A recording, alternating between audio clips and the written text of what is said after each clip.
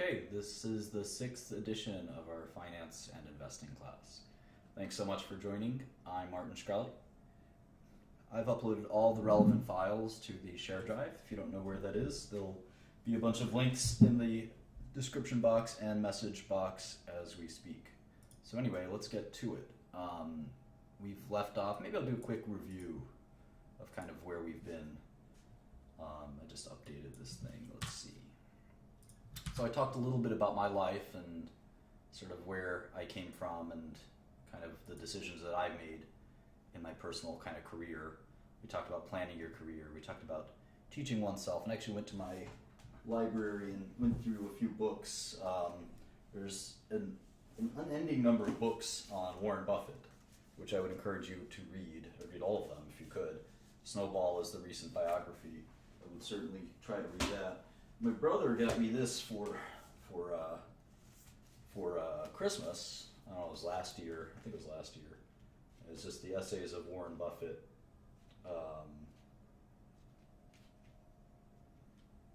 Which I don't think are the letters themselves. They're different essays. So you may want to read those. And I have a couple of other books.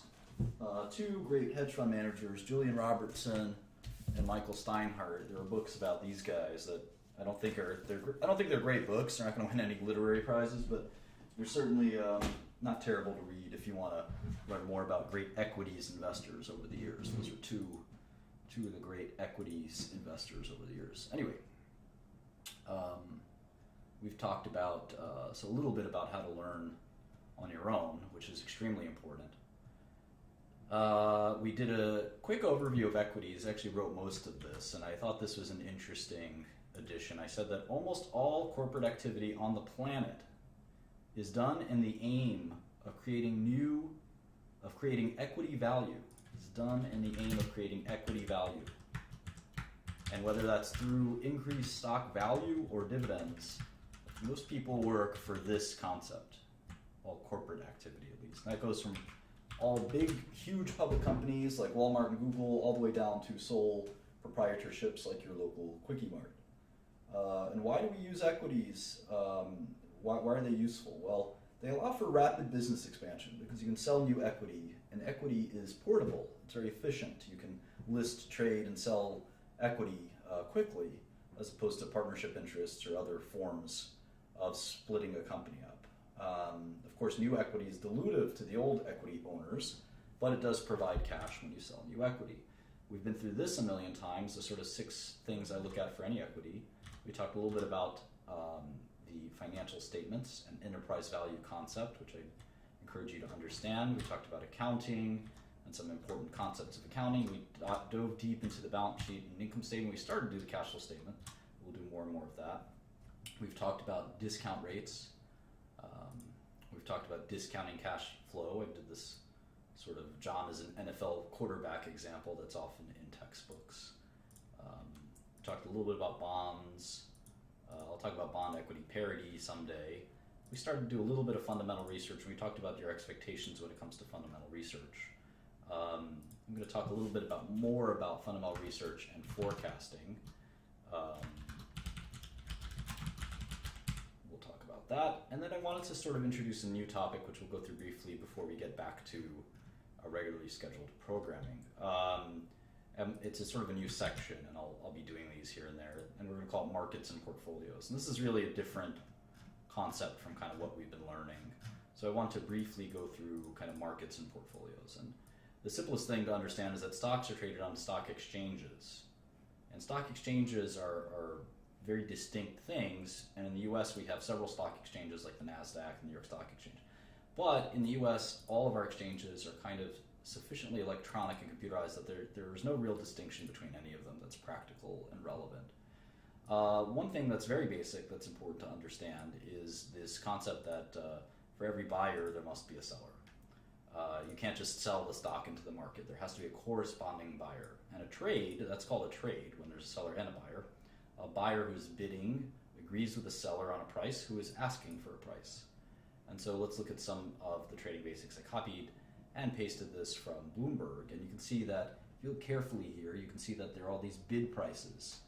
And the best bid is the guy who will buy the stock if someone wants to sell at the market price. The current bid is 200.55, and he's willing to buy 7,700 shares. That's what that 77 means.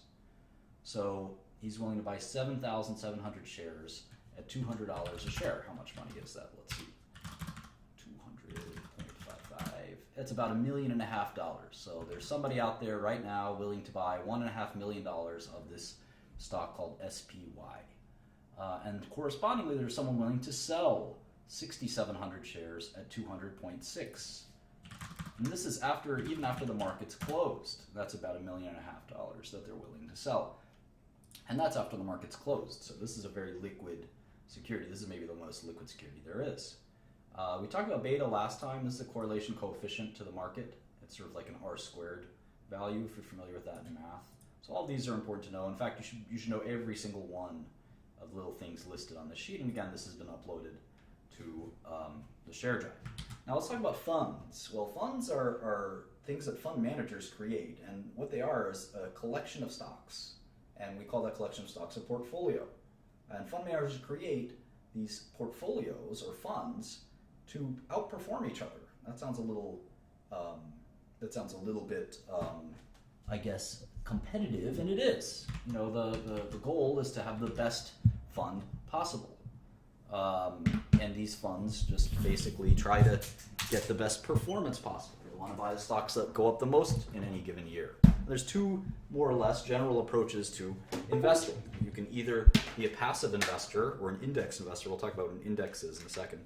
Or you can be an active investor. So a passive investor buys a predetermined portfolio of stocks according to a list or a metric. For example, the S&P 500 is a list that is publicly available, and there are a lot of S&P 500 passive index funds. Russell Midcap Index, they have a specific weighting for each public company. There's no one sitting there saying, I like this company more than that company. They just buy these stocks relative to certain predetermined numbers. Now, the rest of the investors out there are active managers, and they attempt to create their securities portfolios based on their skill. This often goes wrong.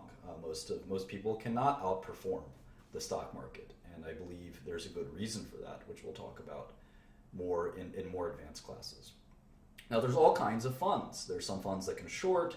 There's some funds that can invest in private securities. There are funds that list their fund shares publicly. There's private partnership funds. There's all kinds of funds. And there's mutual funds, hedge funds, venture capital funds, private equity funds, just to name a few.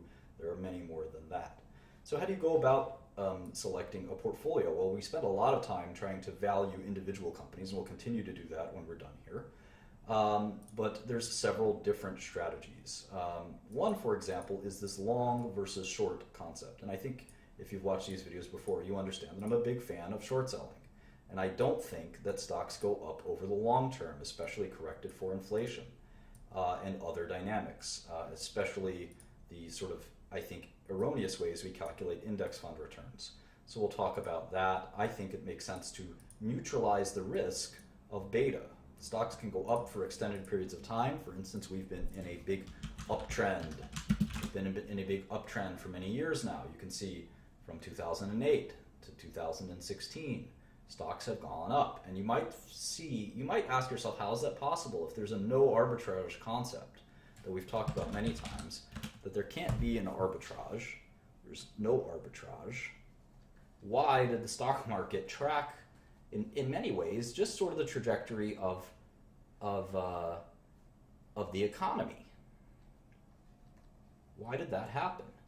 Well, this was no ordinary recession in 2008. A lot of people felt a lot of fear in 2008 that there would be some systematic crumbling of all of capitalism in our economy. That didn't happen, so we got quite a nice recovery.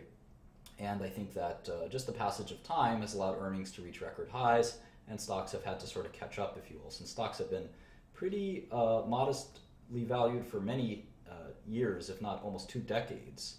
And if you actually calculate this rate of return, which we did the other day, it barely, if at all, beats inflation, which is really, I think, remarkable. So the last 20 years, stocks haven't beaten inflation very well. So there's no free lunch, but there was a big correction in stock prices in '08 that one could have taken advantage of conceptually. And I think that if you just had long stocks, you'd be very happy from '08 to 2016. There's no way to tell in 2007 that we're about to go into a bear market. And of course, if you only had short stocks up here, you'd be very happy. So my approach is to have both longs and shorts in equal amounts. I think there's a lot of misperceptions that shorts are riskier than longs, and I don't know that that's true. So other portfolio managers, well, it's certainly depending on the kind of fund you have. If you have a mutual fund, you can't even short stocks most of the time. If you have a hedge fund, you can short stocks, but a lot of hedge funds don't even do that. And certainly venture capital funds don't have any publicly traded stocks, nor do private equity funds. So a lot of these are very different based on the kind of fund you have. The universe you select on, that's the list of securities that we'll focus on. We're doing tech, global public tech companies for our purposes, but there's certainly different kinds of things you do: market cap focused, style focused, geography focused, and we're doing a sector focused, a very sector focused universe as of right now. So we have a few rules, and one of them is that most stocks are fairly valued, and that's sort of a take on what people call the efficient market hypothesis, which is that stocks are efficiently priced. All market stocks in the stock market are efficiently priced because there's so many observers looking at stocks that they're always reasonably priced. And I don't know that that's true. I think most people disagree with the efficient market hypothesis, but my take on it is that most stocks are actually fairly valued.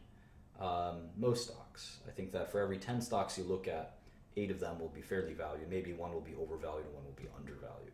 Concentration, diversification. This is something we kind of got cut off last time. A lot of people debate, it's been a debate that's gone on for decades, if not centuries, is how many stocks are optimal in a portfolio. Number of stocks. Another sort of key question is turnover. Should you be buying and selling every day? Or every year, or how often? How often?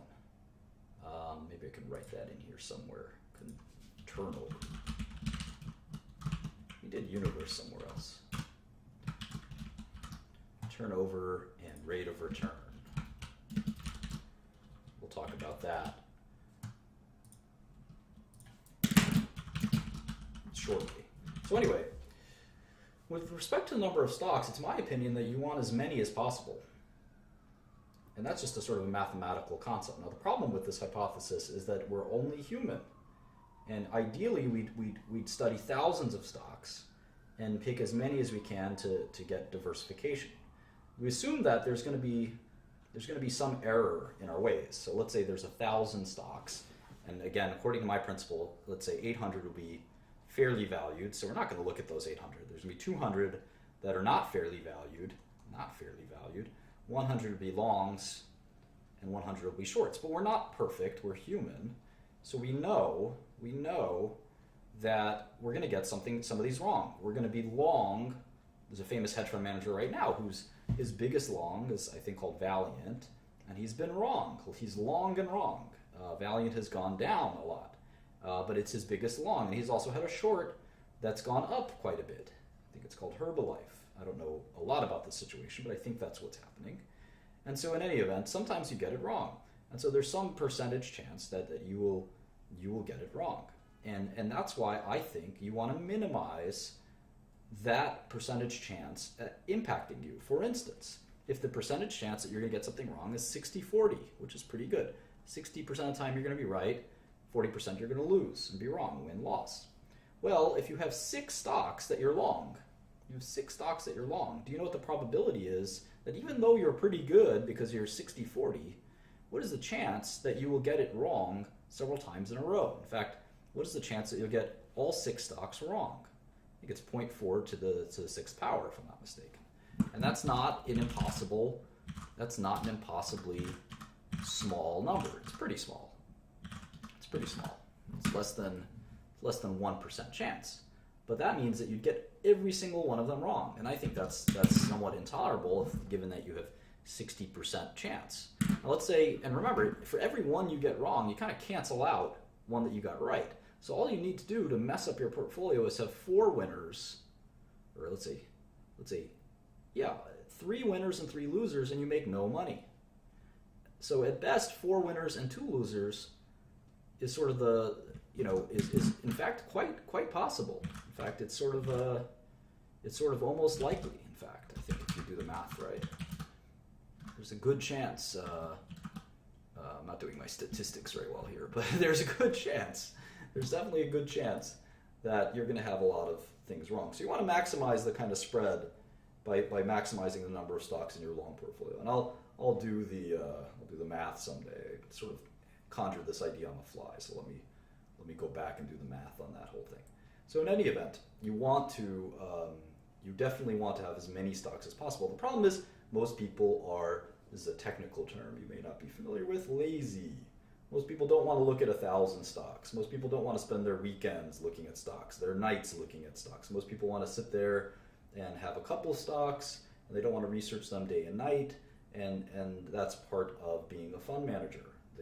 There are many, in fact, most fund managers, I'd say, work very hard, but there are plenty that don't, and there are plenty that think they work hard, and they don't as well. So I think that there's kind of this complacency and laziness that permeates the industry, most industries.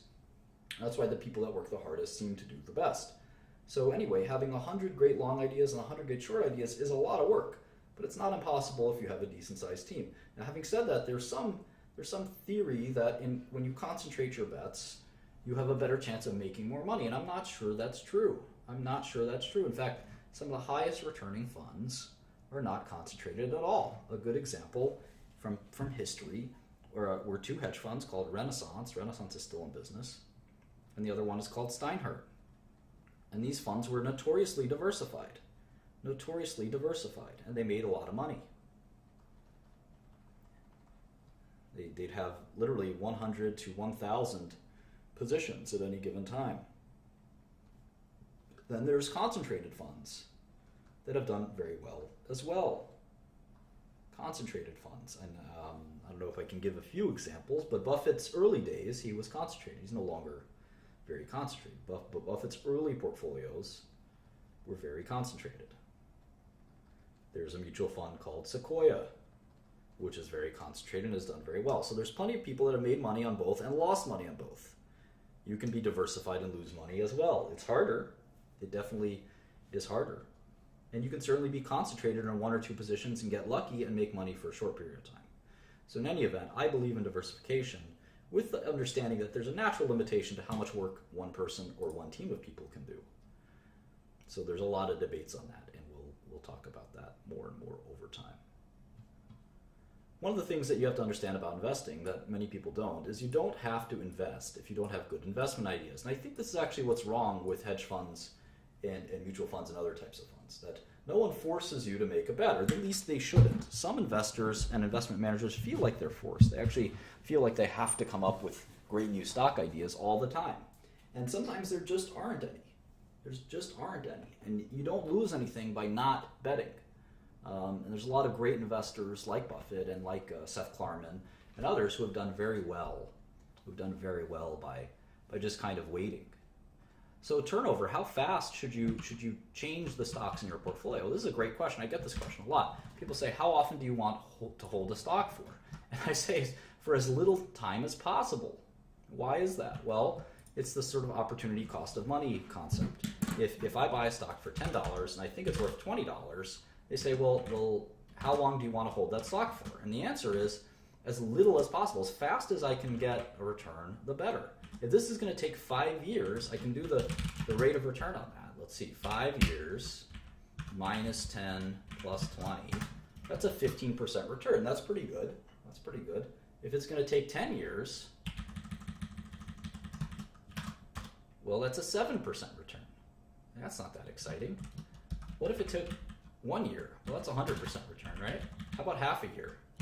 Half a year would be better. That's a 300% rate of return. Now note, I'm not making 300%. This is a 100% return. But if I'm making it in 6 months, and this is a 300% so-called IRR, internal rate of return. And that's an important concept that we're going to go to. Internal rate of return.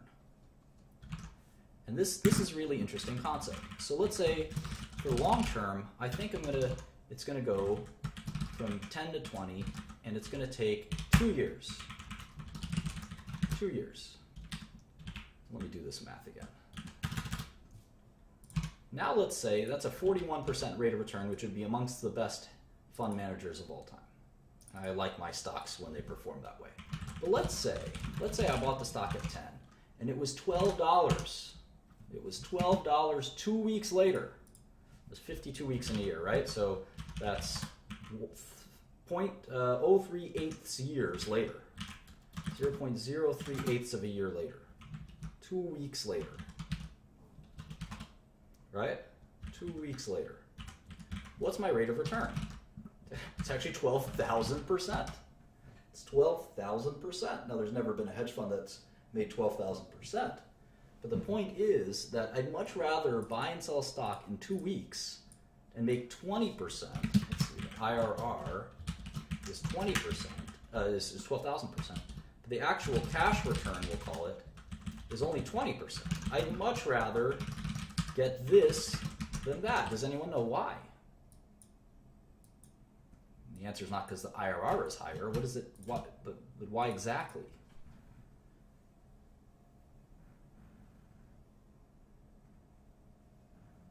And there is no great method for this. Some of it is, I think, pretty random. It's hard to know if a stock's going to go up in 2 weeks or 2 years. Sometimes you'll get most of the bang for the buck in a few months. It's a time value of money. I can always take my $12, I say this is millions of dollars. I took $10 and made it $10 million and made it $12 million. Well, now I can take that $12 million and find a new opportunity, potentially one similar to this one. And I'll be plenty happy with the rate of return I made. Now, I may say I don't have any other opportunities. I'm going to hold on to this one. There's a lot of ways to think about it. And there's no easy answer. But again, as time approaches 0, it's very hard to know that you're getting anything but randomness. You know, if someone told you that they could predict using fundamental analysis, the only kind of legitimate analysis without quantitative analysis, which we'll talk about some other time, if someone could tell you that they thought that from 2 o'clock to 3 o'clock that the stock market would go down, I'd tell you that they were crazy. But that would be really fast, right? That wouldn't even be 2 weeks. That would be like 1 hour. So if you could consistently do that, even if the return is 1%, you would make such a fortune. It'd be crazy. And there are some people who are okay at this. They don't get it right 100% of the time, but maybe they get it 55% of the time. I'm not that kind of person. In fact, I'm not sure I believe in that. So there's very much randomness from the hour to hour. Maybe if you don't believe that, how about every 15 minutes? Do you really think the market moves in a predictable way every 15 minutes? Maybe if you have Renaissance's supercomputer and you know that people are buying or selling at any given point, maybe, but I doubt it. But as time goes to infinity, you can really understand that companies like Coke, this is 20, 30 years, Coke stock has gone up quite a lot. As time stretches over long periods of time, maybe it is easier to understand whether a stock will go up or down. So anyway, those are a couple of thoughts, and I'll keep developing these for you as we go on. And maybe what we'll do is we'll create a portfolio for ourselves, and we'll do that from the tech industry. So let's pick a tech stock that we can look at. How about Microsoft? What's Microsoft's stock price? That's the first. There's 6 things that I look at, right? The first thing is the stock price. Well, it's $51. 51.03. All right, let's make a new file. Always do the same method. It's good to have some repeatability in your methods. 5103. Go to my favorite website, SEC's website. SEC. Here it is. I'm going to type in Microsoft's ticker, MSFT. There's the latest 10 Qs right here. It's interesting. They have a off fiscal year. So the Q4 is not the December quarter for Microsoft. Very interesting. Well, anyway, here's their balance sheet. You can see immediately they have this mountain of cash. Let's see, investing class, Microsoft. All right.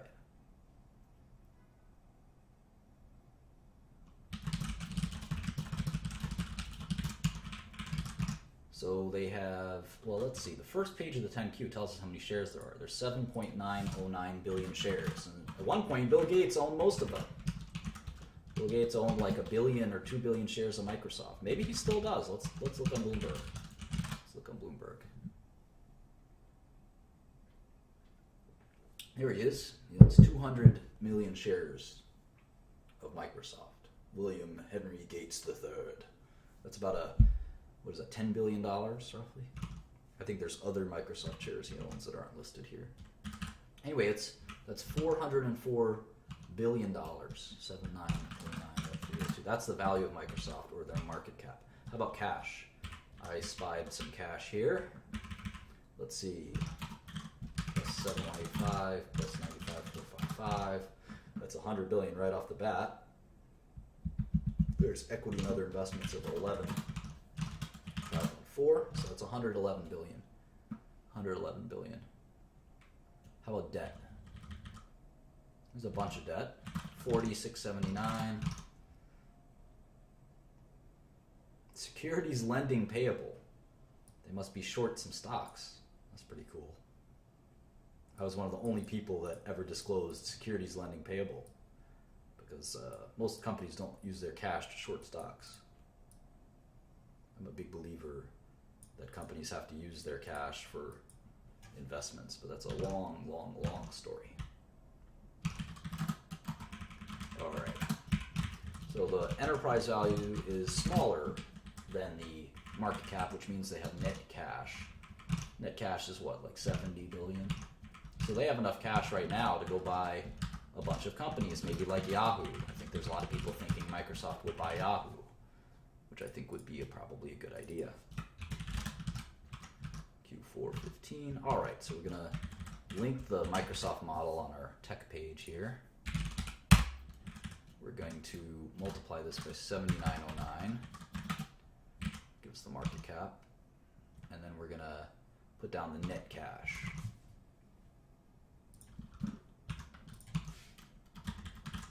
So you can see that adjusting for cash, the difference between Microsoft and Apple isn't that big. The companies are actually worth somewhat similar. One is 330, one is 420. It's pretty close in terms of the enterprise value. The market cap value is quite different. That's kind of interesting, I think. It's always fun to see stuff like that and know stuff like that. Anyway, let's take a look at Microsoft's actual business.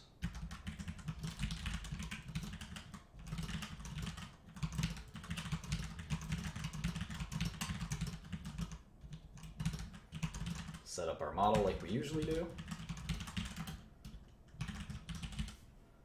This only takes a GIF, and then we have it forever, which is always nice.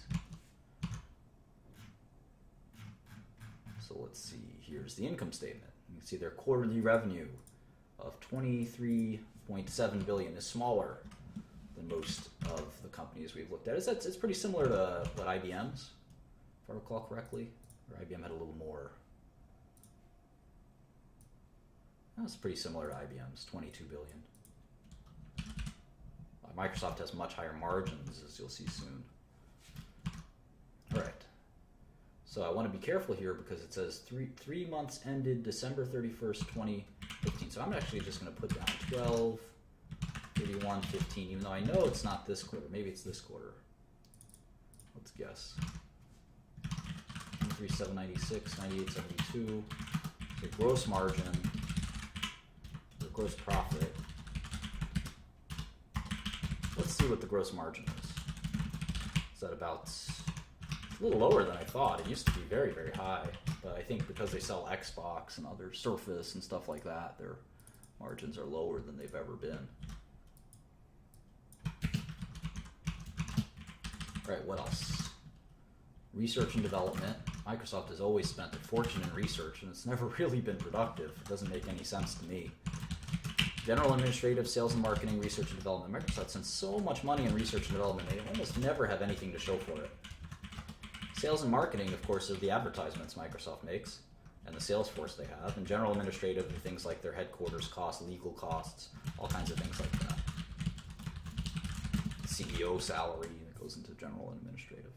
So you can see their operating margin is a little healthier than most companies. 25%. How about interest? Interest is usually interest in other income. Microsoft usually has positive interest income. It's interesting that they don't, no pun intended. Taxes. always like to look at the tax rate, see who's paying the most taxes. Microsoft is paying 15% taxes. How fair is that? You know, it'd be nice if I could pay 15% taxes. Or any of us, really, right? All right. You know, what's cool about finance is all of the lines are the same for every company, more or less. And the cool thing about Excel, oh, I know a lot of you have been asking for some like Excel shortcuts and stuff like that, so I'll teach you a little bit. One of the things that you have to keep in mind is that the Control key, the Shift key, the Alt key, those are your friends. When you combine them with other keystrokes, you can, for instance, Control left and right allow me to, it just forwards you to the next cell. That's important. Control up, down, same thing. And using the number pad on the right of your keyboards are useful.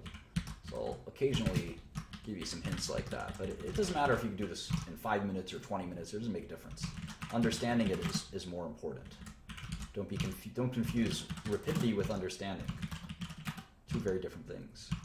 So interesting to see that Microsoft, for instance, interesting to see that Microsoft's revenue declined. Their revenue declined.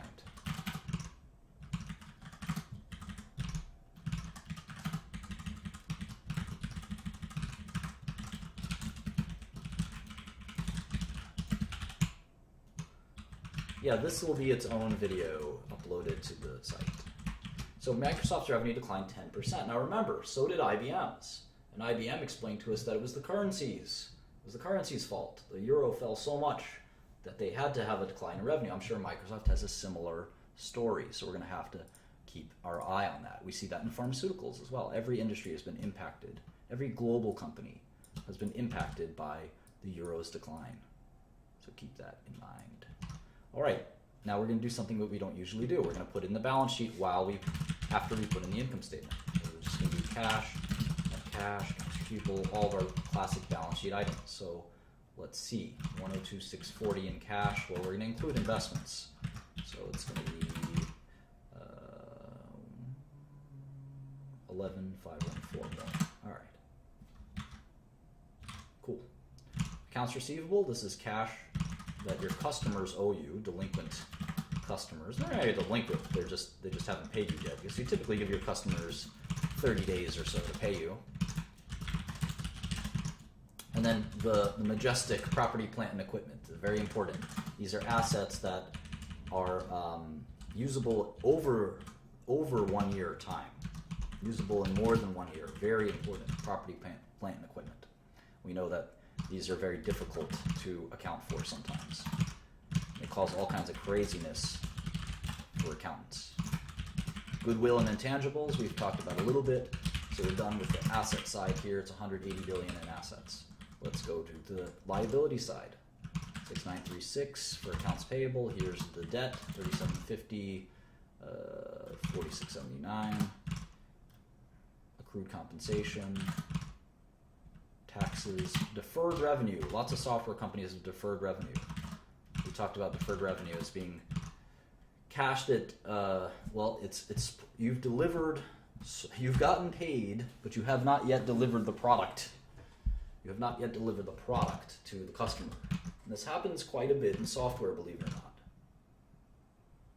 It's crazy. Securities lending payable, 6442, 6447. And deferred income taxes and other long term. I think we're done.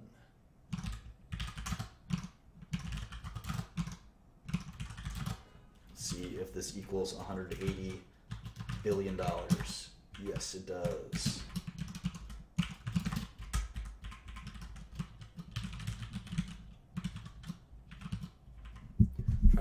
Try to move the keyboard a little bit. I'm sorry that it's so loud.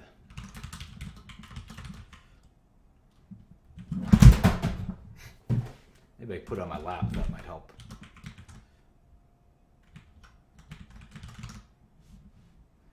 $6,447. What's 6447? Other.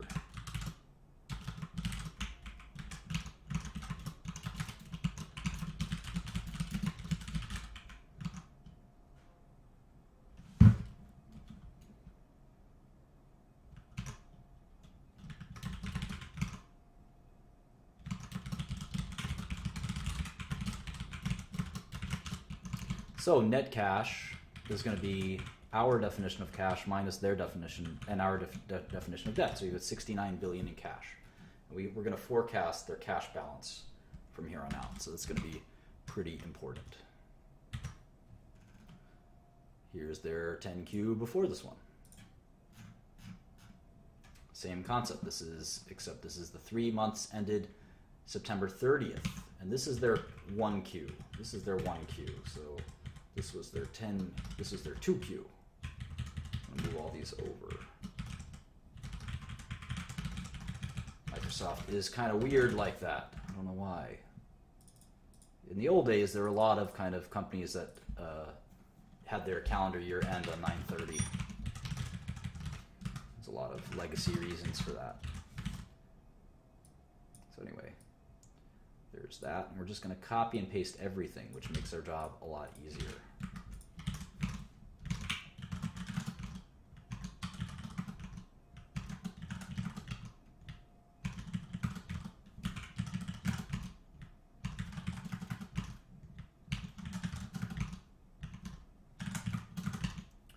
This is very easy to just plug in once you have all the formulas.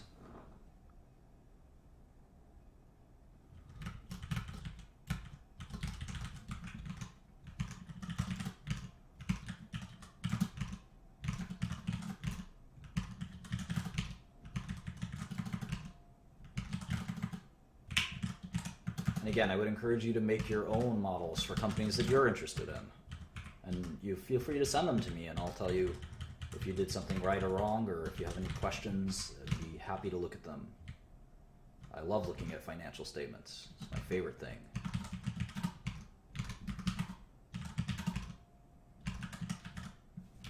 We'll be done with this in a jiff.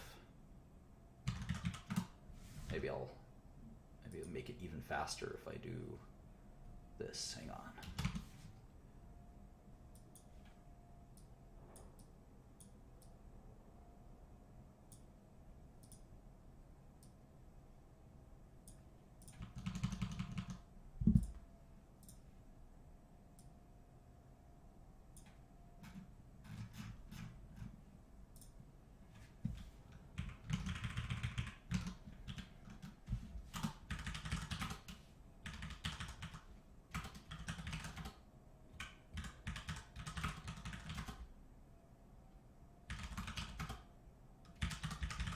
And like I said, you really get a feel for the business when you do it like this. You really get a great feel for the business that you wouldn't get if you just looked at a Bloomberg or Yahoo Finance, which would give you the shortcut. And you can't really use those shortcuts for other reasons, so we'll talk about that. Ooh. Looks like Microsoft took on a bunch of debt. I know they bought Nokia's. They bought one of Nokia's businesses a little while back. That might have been why. Maybe not. I don't know. We'll investigate that later.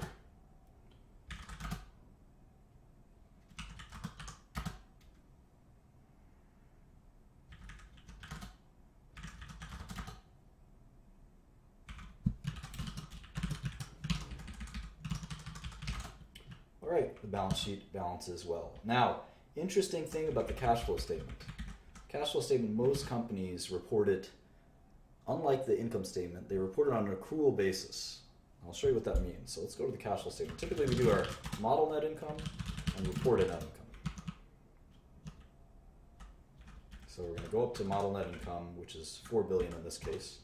On the cash flow statement, it will tell us what they thought the net income was. In this case, it's exactly the same. It's 4620. Now we're going to do all the so-called add-backs. So-called add-backs that we went over last time that kind of transform net income to another number. In this case, they actually got 8 billion, almost double. 8.6 billion in cash generated from operations. Crazy, huh? Even though they reported net income on the income statement of 4.6 billion. One of the things to know about cash flow statements is that they reflect the reality that business operations are smoothed out when you look at the net income line. The cash flow statement teaches you the the good, the bad, and the ugly. Sometimes it teaches you too much about how the cash moves on an annual basis. And there's some quarters in a business where you collect more cash. There's some quarters where you extend more cash. And that's a really important kind of concept. All right. So DNA is normally the biggest adjustment. Another one is stock-based compensation. And then you can see here that they have this big swing in accounts receivable. They collected $6 billion of accounts receivable. That seems very unusual to me.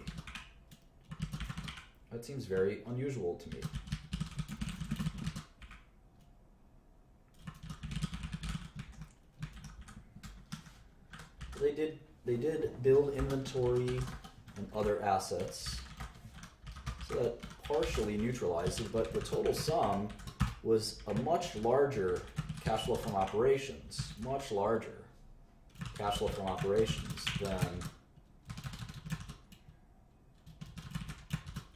than their net income. Now again, this I'm going to show you my method for sort of smoothing that out and understanding, without looking at the income statement, understanding kind of real cash changes to a business. And I'll show you what I mean by this whole 6-month accrual thing. And this will be, if you're anything like me, this will be the bane of your existence for building models. All of this is very easy, only except with the sole exception of this part. Now, thank God, Microsoft does this. They give you both lines. Most companies only give you the 6 months ended, so you actually have to sit there and subtract it out yourself. So thank God Microsoft is kind to us and lets us see the cash flow statement on a quarterly basis. Not every company does that. And I have to say, I really appreciate you guys watching. This is one of my favorite things to do.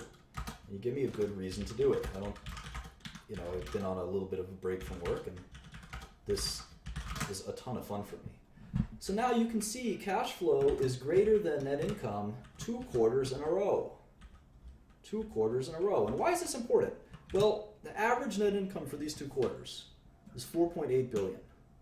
The average net income for these 2 quarters, for average free cash or cash flow from operations for these 2 quarters, is $7 billion. That's a big difference. Once again, it's $4.8 billion average net income for 2 quarters, half a year, and here it's $7 billion. Well, if you told me you're going to make $28 billion in a year, $7 billion times 4, that's one number. If you told me it was $4.8 billion a year, that's a totally different number. And look at the valuation differences.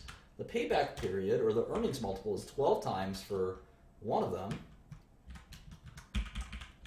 and it's 17 times for another. I mean, if you told me I'd get my money back in 12 years versus 17 years, I definitely would rather get it back in 12 years. And that's what Microsoft provides for you if you believe this number instead of this number. And which one's the true number? Well, that's the point of finance, is we're trying to find a good forecast. And this is the past. The past and the future aren't necessarily the same. So we have more work to do. We have a lot more work to do. Let's keep doing it. Microsoft's actually got a very good investor relations website, by the way. So let's see, here's an 8K. Can't believe Microsoft tried to get into phones. It's pretty embarrassing. I think it was Steve Ballmer's fault. All right, here's the Q4, which their Q4 ends in, is the June quarter, so it ends in June, July, August, last day of August. Does that make sense? No. It ends in June, June 30th. So it's April, May, and June. That's their Q4. Pretty funky. All right, so let's do the math here. And you can see how easy it is when you have it side by side, and how easy it is.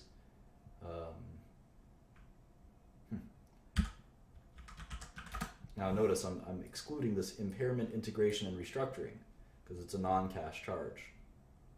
And I don't think they're going to have that every quarter, so I don't really care if they had it that quarter. Now, if they have lots of charges all the time, that's a different story.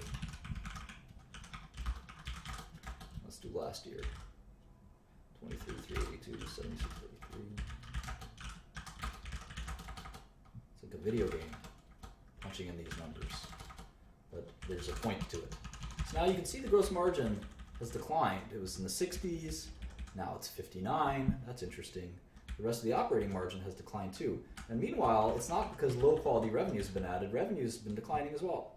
So it's a little bizarre. It's a little bizarre. Net cash went down by $3 billion here. Let's see. Even though they're profitable to the tune of $4 or $5 billion, let's add another month or quarter of balance sheet and see what happens.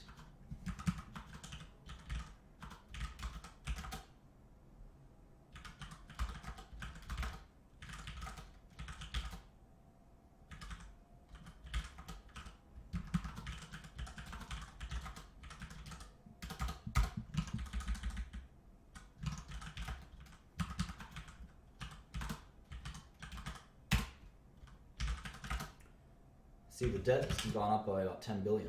So I wonder what they spent that money on. Maybe dividends and buybacks and things like this.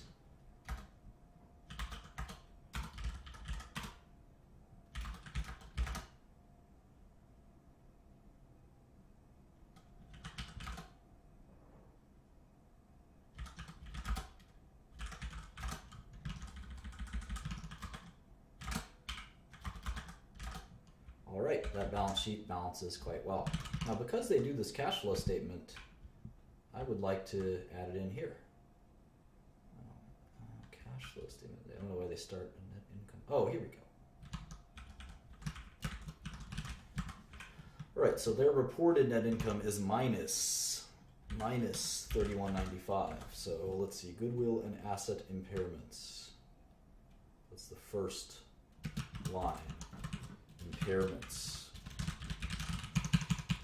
So we're going to reconcile that. Minus 31.95. That's going to be most of it. Or no, 70. Reported net income. Minus 31.95. 74.98. 14.93 depreciation. SBC.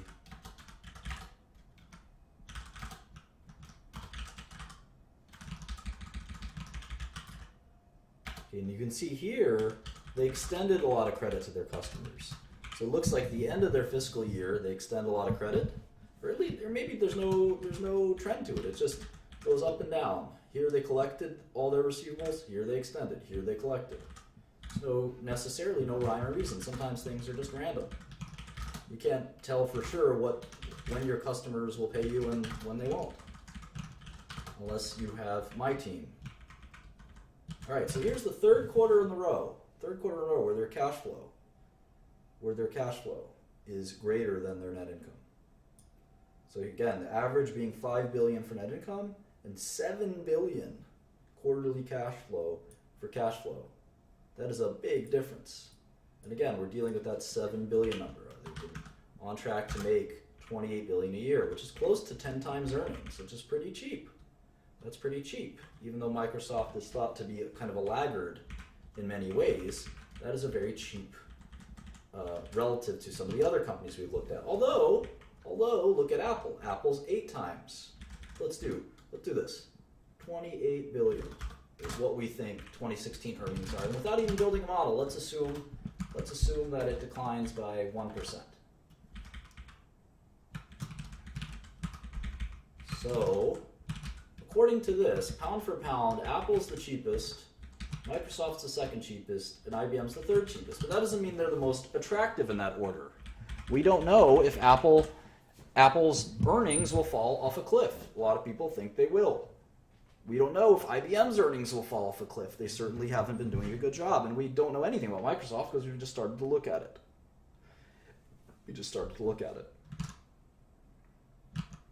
So let's keep doing that. We've got 3 quarters in our books. Let's do the last one.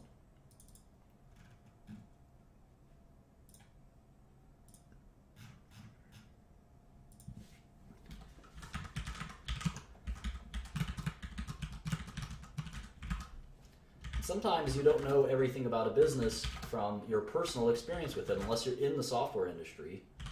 Even if you are, it's not easy to know what a company, how they're really making their money all the time. So I would throw away any thoughts you have about Microsoft when you do this. You have to be completely objective.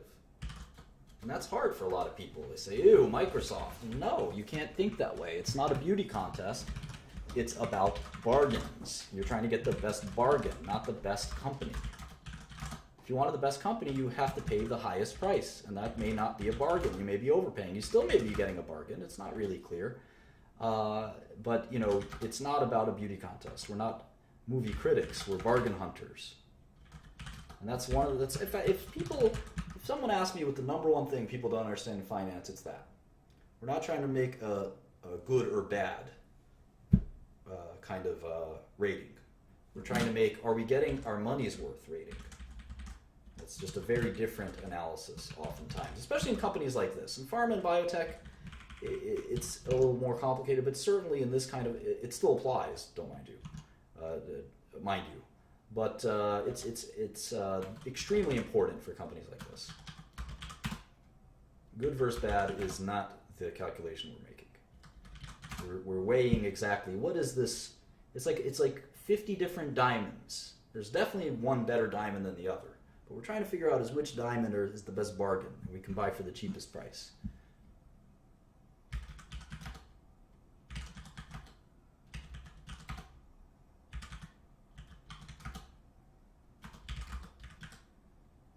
Of course, plugging and chugging, as we like to say, these numbers is a bit boring, but it's almost done.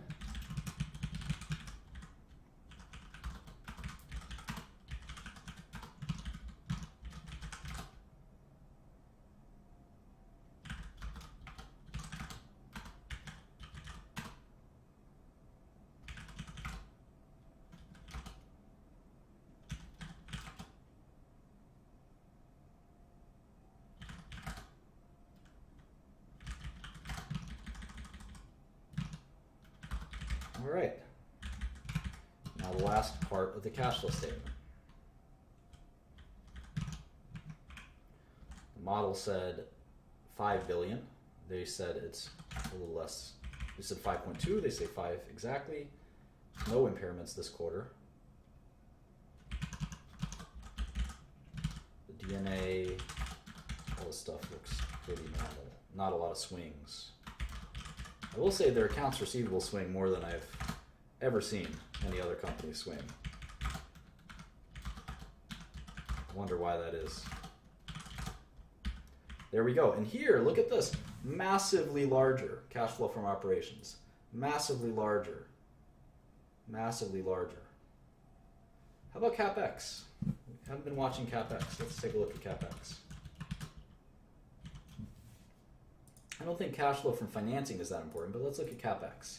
CapEx is additions to property and equipment in this case, $1391. So free cash flow, we have to subtract out these two, right? That's one of the reasons why cash flow is larger than net income. Could be because of CapEx.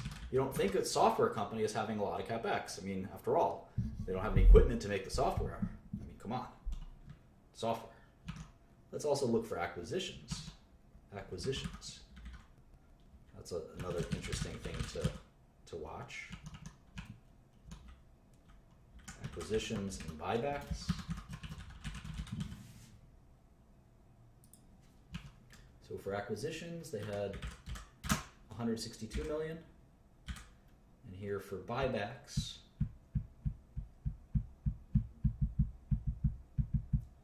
they had negative 536, another 5 million. You kind of trace where all their cash went. It's very important.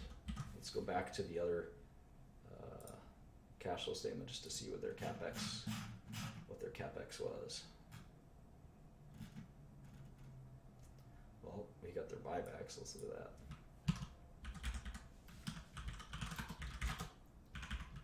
that. Acquisitions, 626. How about CapEx? 1781. All right, so now it's starting to look a little closer. Even though this quarter was still 3 billion more than this quarter was actually below. Free cash flow is below net income. Let's look at this one. I'm going to show you my method for kind of smoothing these things out. It's not that complicated. You can even probably guess what it is.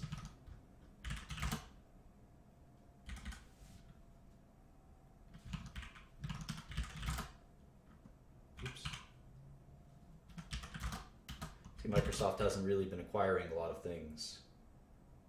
Where's buybacks, common stock?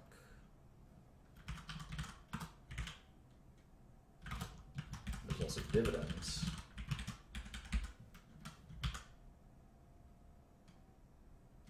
I'll make sure I didn't miss dividends some other quarter, but YOLO.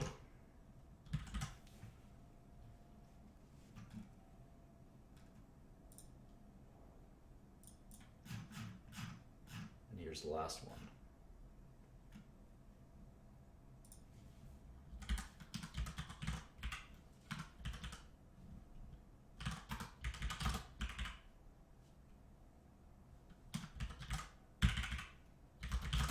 Okay, so here's the free cash flow. What I'd like to do is sum it on a trailing basis. That's my advanced method here.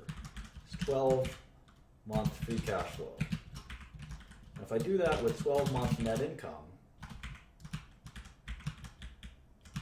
I can kind of see which one is which one is higher than the other. In this case, you can see it's about 4 billion higher. About 4 billion higher. So which one is the real number? Well, it's hard to tell. It's probably free cash flow. It's probably free cash flow. So let's assume in our forecasting that they're not going to make 28 billion. They're going to make 24 billion. So now Microsoft is, at least by an earnings ratio perspective, the most quote-unquote expensive company. It could have the highest growth potential. Who knows? We haven't looked at the business yet. I mean, if taking a look at their last 4 quarters, they haven't been growing very much. But now again, that might be due to the euro. We're not sure. We got to look into that. I just want to make sure there weren't dividends I'm missing. I hate missing things. Let's go to one more time. Dividends, there we go, $24.96.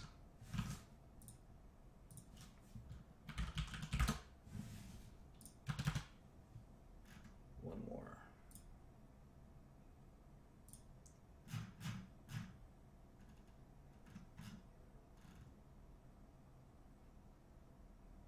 $25.32. Okay, so we can see that Microsoft's been kind of struggling with their revenue growth, but let's go to their website. MSFT used to be their website. I guess it's not anymore for their investor relations. But if we go here, it's always somewhere on the bottom. There it is, investor relations. Microsoft.com/investor. And it's right here. Material, Microsoft Cloud strength highlights the second quarter results. And here's their new CEO. Go here.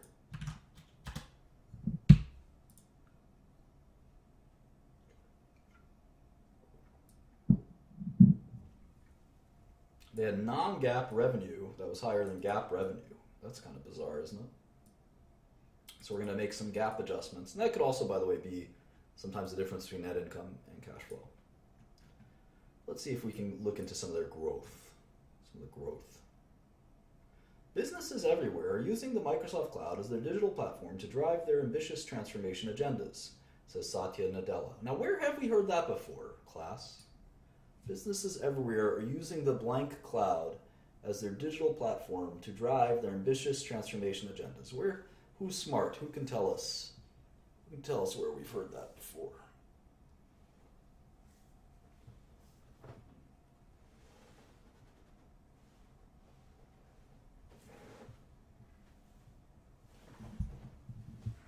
Yeah, IBM. Very good, Mr.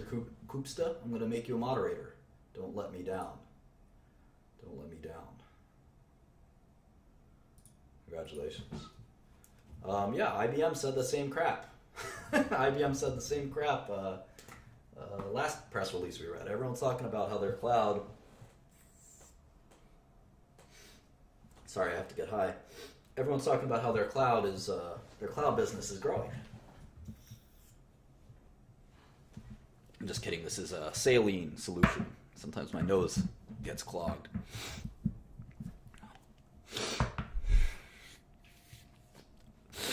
You can always email me at Shkreli. It's shkrelimartin@gmail.com. And certainly, if you're a moderator, I'm gonna watch your models first. Anyway, so yeah, everyone's talking about how the cloud is the only way they're growing. But the problem is, if you are not growing, and that number, last I checked, I don't need glasses, it's negative. So don't give me that BS. Businesses everywhere are using Microsoft Cloud as their digital platform to drive their ambitious transformation agendas. Man, if one of my executives said, look at this great thing that we're doing that drives business agendas. We went from 26 billion to 24 billion. Bruh, come on, bruh. How about an apology? All right. Now here's, of course, where they blame it. They blame it on the currency. So let's see what their revenue would have grown without the currency change. Here it is. Let's say it would have grown 3%.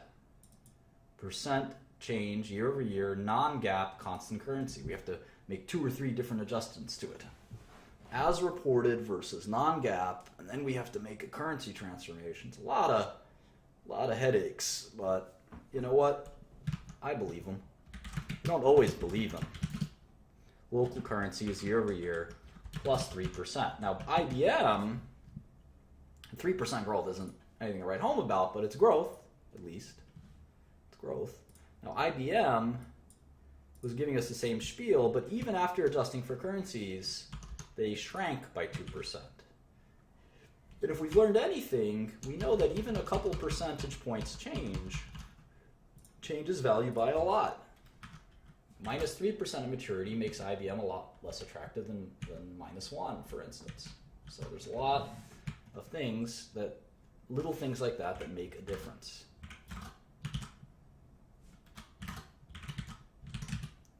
All right, let's go back to Microsoft. All right, so I guess they're in the cloud business as well. But let's go back to my method, which is I like to read every press release. Where can I do that? Home. All announcements, and there's ways to subscribe. Let me subscribe. Email alerts. I want all releases, all SEC filings, all events and webcasts.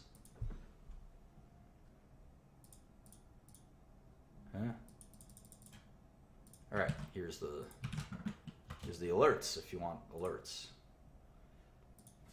Martin Shkreli, Martin@gmail.com, 30160. There we go. All right, let's go back. So I want all press releases. They're making it a little harder than most. Usually you can just click press releases.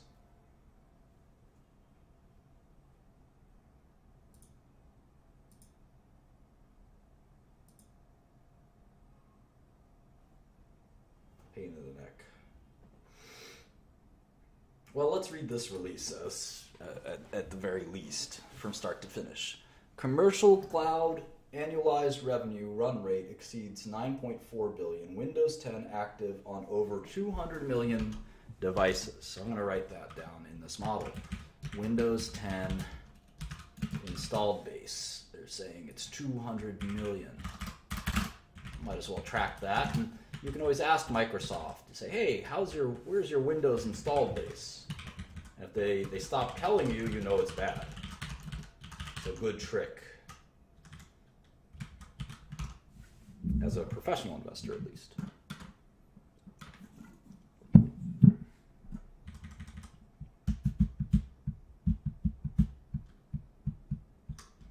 We delivered double-digit operating income growth.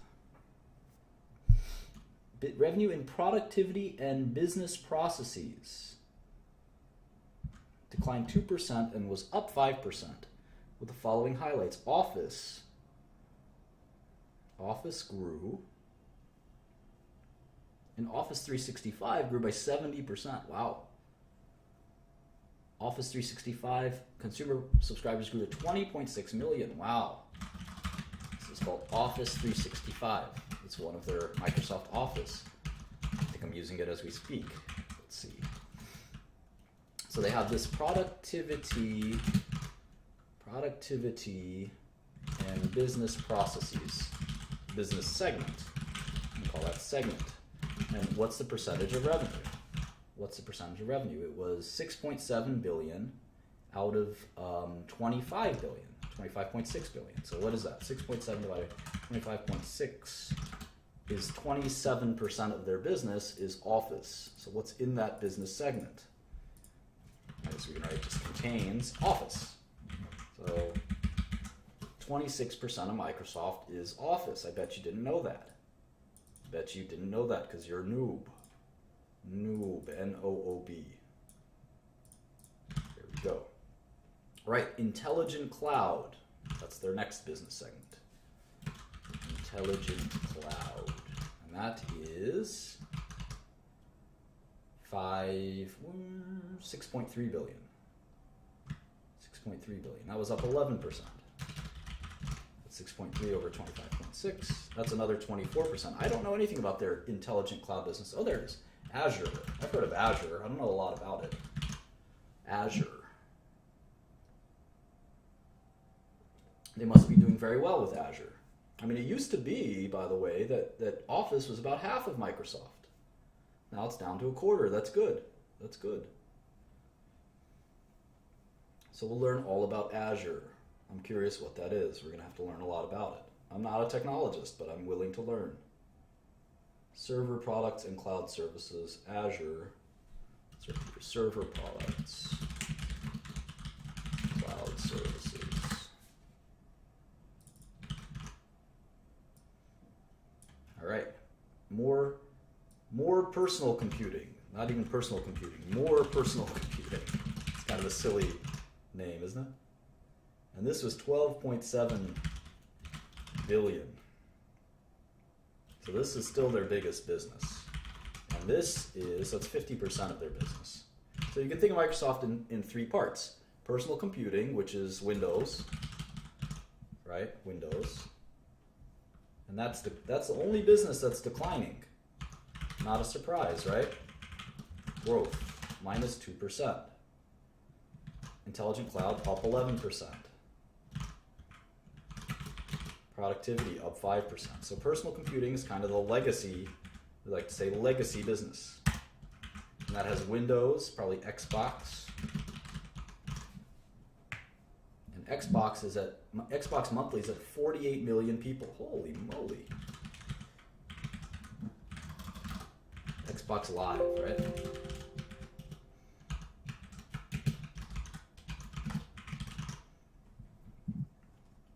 Search, so that's Bing, I'm guessing. Windows 10 probably. Phone revenue, down 50%. I think they stopped selling phones. Surface? Who has a Surface?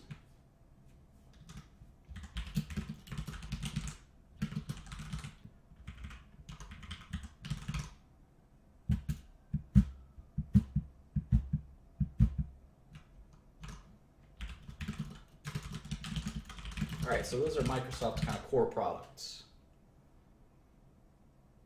And we might as well write their competition down, just so we kind of know. This is always a great thing to keep track of, but why not? So I don't know who competes with Azure. What is Azure? Let's see. Azure. Microsoft Azure. It's a cloud computing platform and services. Open, flexible, enterprise-grade cloud computing platform. Move faster, do more, and save money with IaaS and PaaS. I wonder what that is. All right, let's just look at the Wikipedia. PaaS, Platform as a Service. IaaS, Infrastructure as a Service. So this is probably a lot like AWS.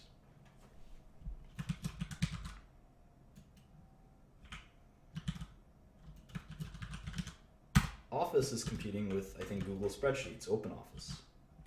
I don't know what's Microsoft Dynamics? Let's see. It's a CRM? Oh, cool. I didn't know Microsoft had a CRM. That's competing with Oracle, right? Oracle and SAP. Cool. And certainly their competitor for personal computing is Apple, certainly Sony with PlayStation, who else with phones? Samsung, right? There are a few competitors. Cool. So now we're gonna what we've historically done is just track revenue, and I think we want to go a step further. We want to actually track the segments. Here it is. Productivity, which is Office, Cloud, and PC. We actually want to start tracking these too.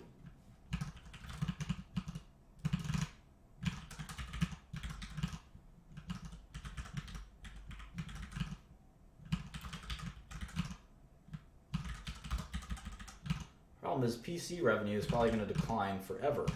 It's only declining a few percent a year, but it's still painful.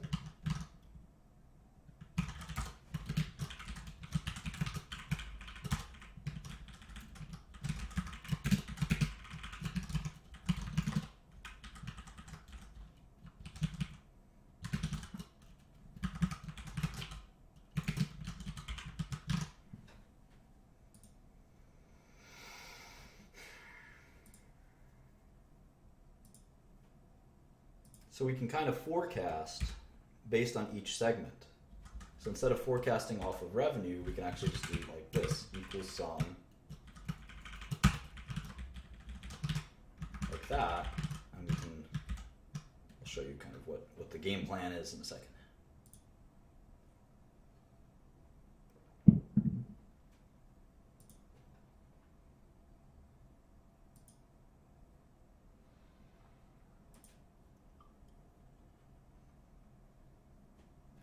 Kind of cool how they give these out, but I still want to read the press releases.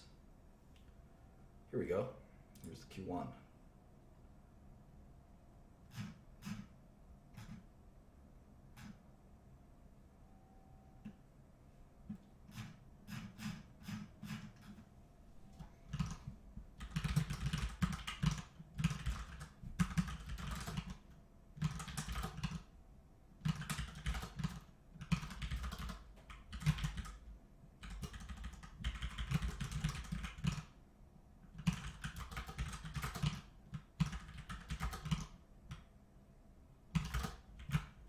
I remember what I said about reading a year of press releases and putting all the information there. I want to see what the local currency was this quarter. And it's always interesting to see the quotes. We are making strong progress, of course, across each of our three ambitions by delivering innovation, people, and love. What? First of all, there's some typos here. Innovation, people, and love? Are you serious? Is this the same Microsoft? Is this the same Microsoft?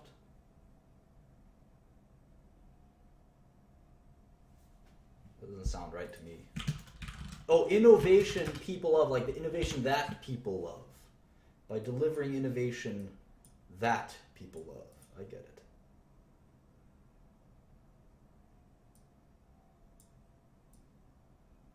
Customer excitement for new devices, Windows 10, Office 365, and Azure is increasing as you're bringing together the best Microsoft experiences to empower people and achieve more.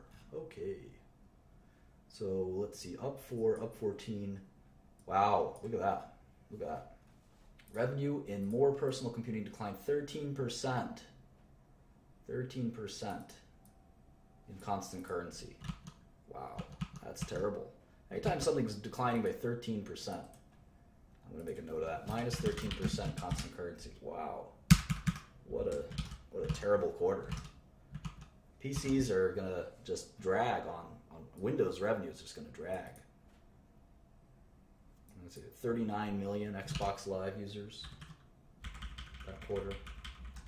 They really go from 39 to 48? That sounds like unrealistic. Maybe because of the Christmas season. That's bizarre. Office 365, 18 million users. How about Windows 10?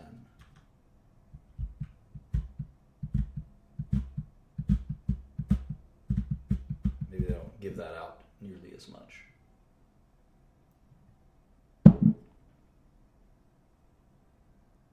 Yeah, I don't see Windows ever kind of growing again, right? That's in a permanent decline, Windows. Here it is again, down. Oh, they used to have different segments. Look at that.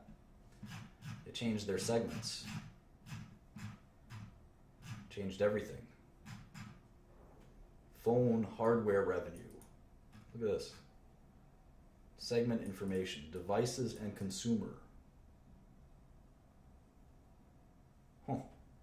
And this gives us a clue as to how big each of these businesses were. Look at this. Computing and gaming. Surface revenue increased to $1 billion. Huh. Xbox is about $1 billion a quarter as well. Here it is. This is their old segment revenue. Now they only disclose 3. Now they only disclose 3 revenue lines. Look at that. It's pretty interesting. I'm going to put those in here too.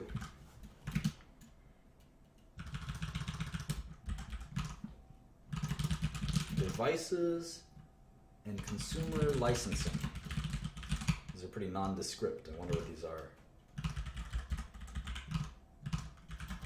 You can see the huge decline. 34% decline. How about computing and gaming hardware? It's probably Xbox.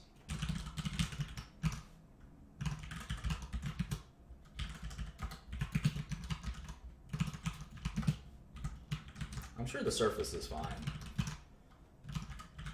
Phone hardware. That's easy. They kind of decided to get out of phones, I think. They tried their best. Didn't make sense. Devices and consumer other.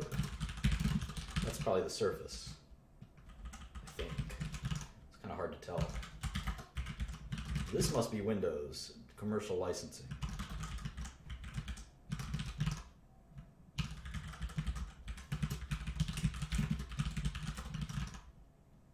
Commercial other.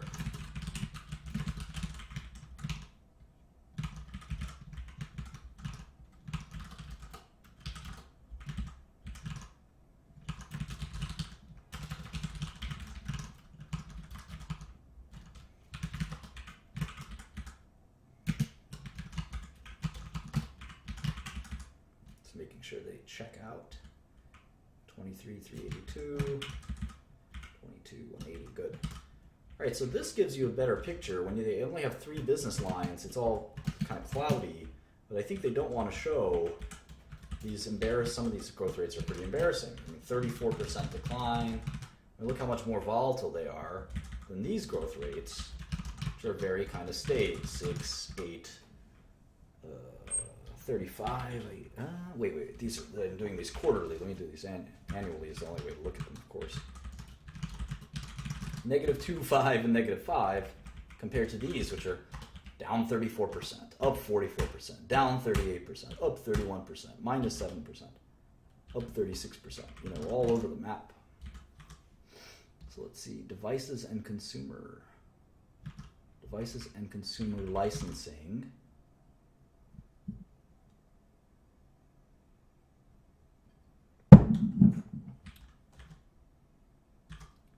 Commercial licensing is Office.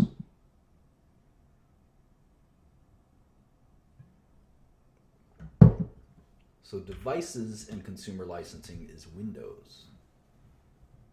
This is so confusing. Maybe we leave it off here. We made a pretty nice model. So we can always go back to Microsoft later. We did an hour and a half on Microsoft. Let's try Facebook. Remember, our job is to sort of look at these cash flows. Maybe we'll do real quick on Microsoft. We'll do the long-term cash flow.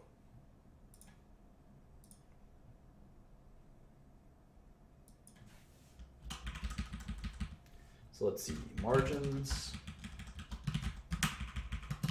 revenue, shares. Let's keep their tax rate at their kind of average tax rate for the last 4 quarters, which is 19%. 0 with respect to interest. Keep their margins. And let's see, maybe they're a little bit below their average, say 63%.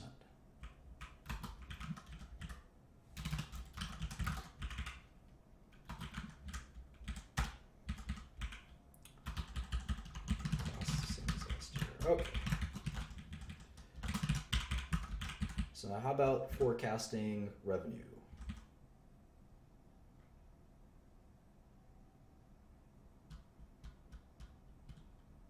It's not going to be easy. So this has been declining at 2%. This has been growing each at 5%. So revenue on constant currency is growing 3%. But however, how's the euro moved year over year? I think it's starting to flatten out. So let's try this. Let's try this times 0.01%. Now let's build out our annuals. Remember, the 4th quarter of 2016 happens in 6/30/2016.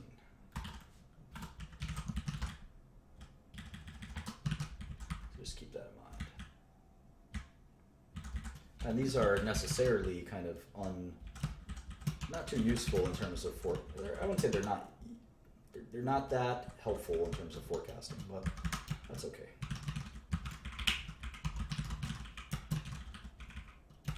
They're not totally worthless, as we'll see in a second.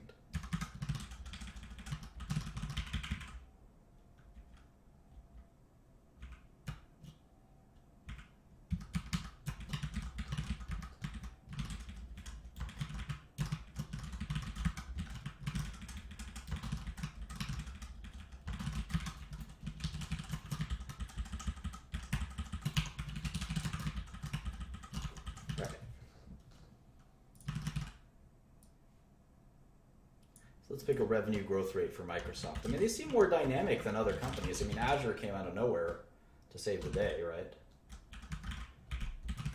Let's imagine that they would grow 1% a year. Let's see if that's reasonable. How about gross margins? This is my method. It's kind of the most introspective method that I've seen in terms of trying to see what the market's thinking as well as what you're thinking.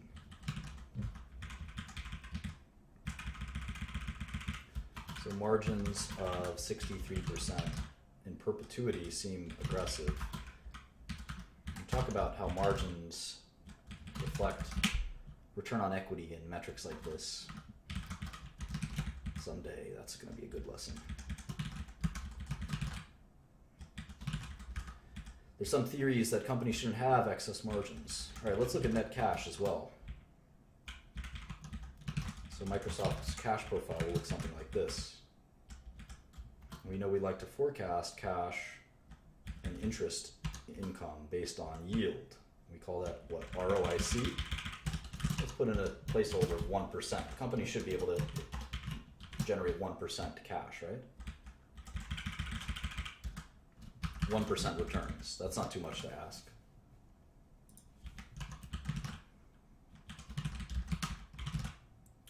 Taxes are going to leave at 19%. Let's make it 20%.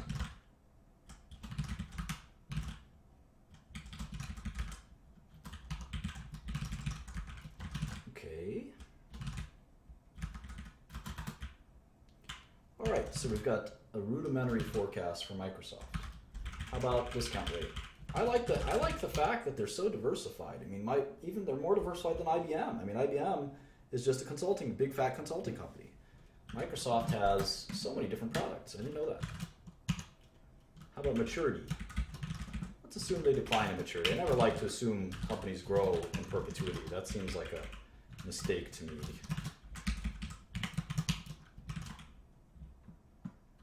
The new CEO of Microsoft seems really good. I'm going to be racist and just call him the Indian guy. Probably is not a good way to think of him, but all right. I have to add back, I'm not going to discount the 2016 earnings or 2017 earnings since we're getting those right away. It's a bug in Excel. And then the cash itself, Satya.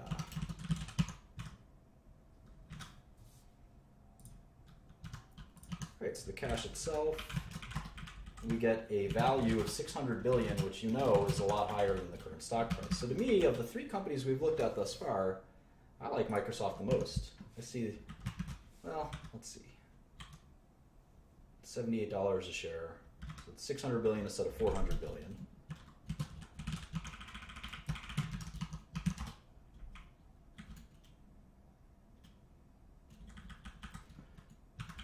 So $78 instead of $51, that's a pretty good, it's 50% above where it's trading at. So both Microsoft and IBM seem like pretty good opportunities, even with pretty conservative estimates. But they're also in some ways somewhat fairly valued.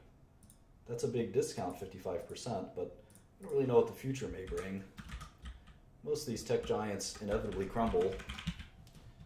If they started to crumble, we could do the kind of reverse. This is what would have to happen. They'd have to drop 1% a year virtually in perpetuity at a discount rate of just 4%, which is for a tech company, even though they're diverse, is a little bit outlandishly low.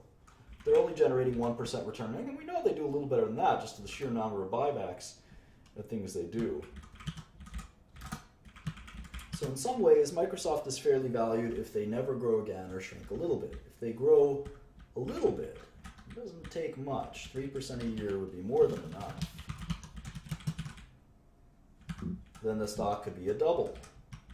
So it's all about, do you think Microsoft can grow? And the fact that they have this albatross with Windows, although Windows isn't as big as it looks, it's not 50%. I think that Windows is less than that, but it's declining faster than the group. So anyway, there's a lot of little things that we have to look at there. I've been wondering about Facebook, so maybe let's do Facebook for the next half hour. Let's do it for half an hour and see what we learn, if anything. Not much to learn in half an hour, but maybe we get some basics.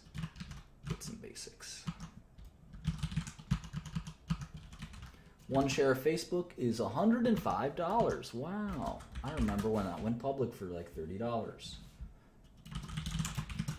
It was a little while ago, to be fair.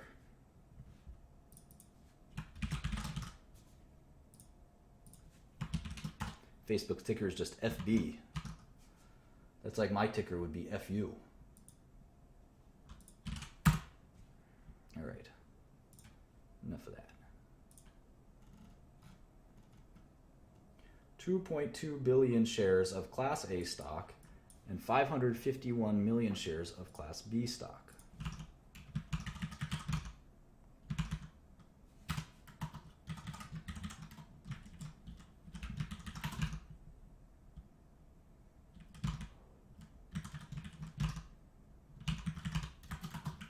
So their market cap is 300 billion. 2846.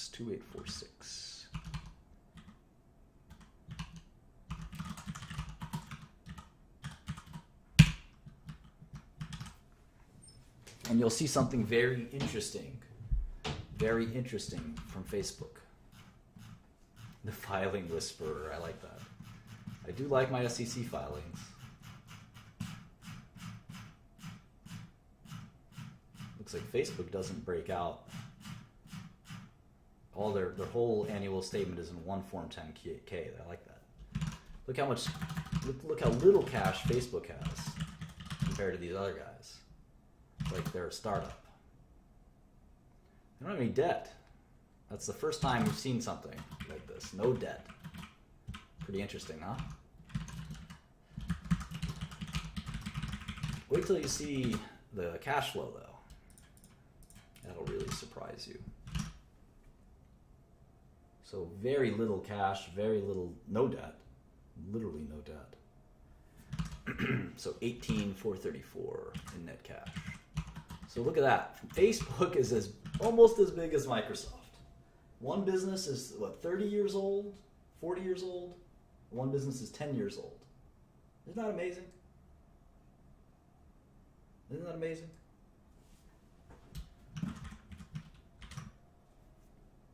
Literally breathtaking. Of course, I think Facebook's a short, but you know.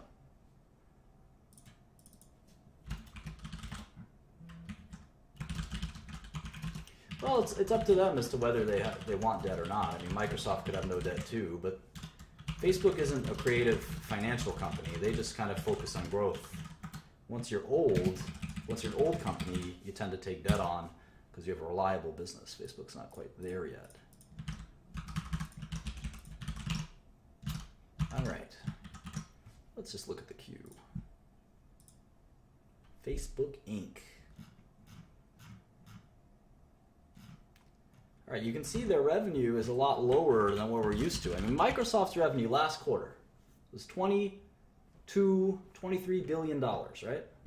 Let's just go back, get that right. About $23 billion, right? $24 billion.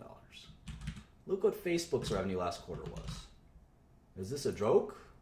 $4.5 billion? How could they be worth the same amount? Does anyone know? Who's the smart aleck that knows?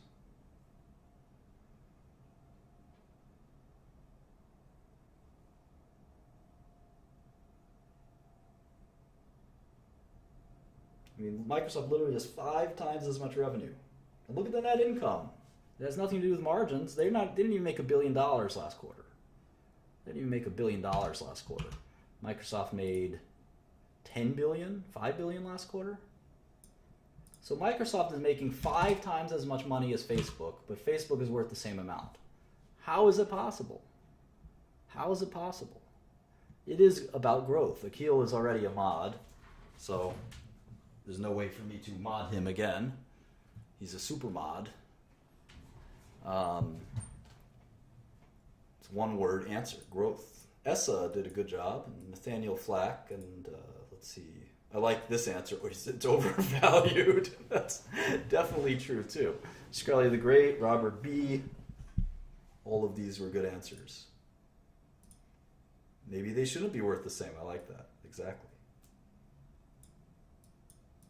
It's definitely not split shares. It's not a user base. It's growth. It's growth.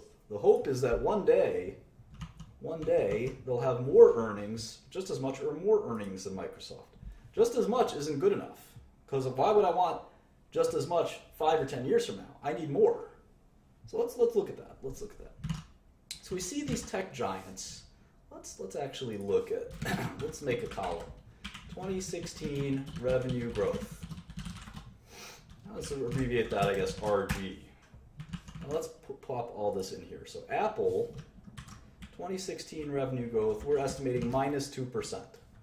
They've gotten so damn big, they can't grow anymore. Whoever thought we would say that about Apple? How about Microsoft? We're estimating 3%. No, 1%. 1%. Okay. How about IBM? I think we're estimating it to go down.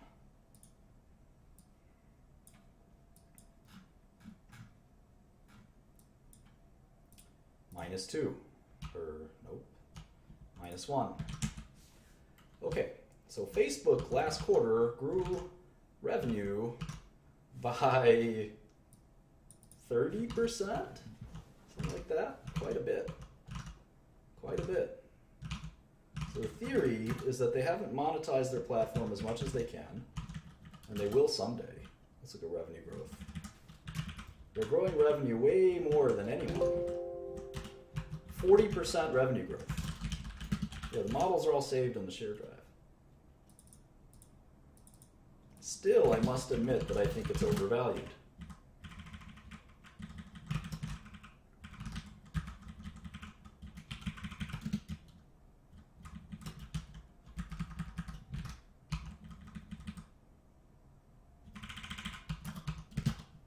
Let's look at COGS, gross profit, gross margin.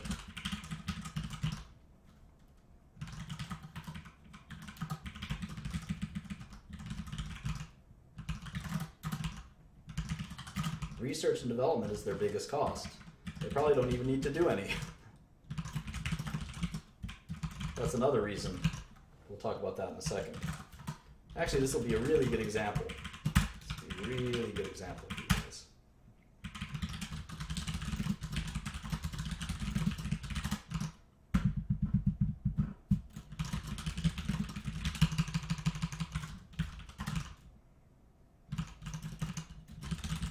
They also pay too much in taxes.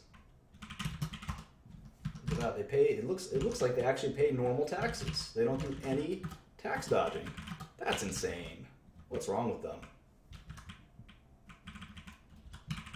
That'll change once they become a bigger business. Look at that. Who pays 37% taxes? Get out of here with that.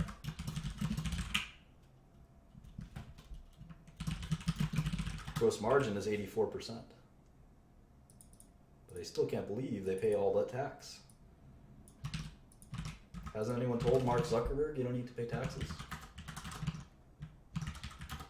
Why is he following the rules? This is crazy. This is crazy.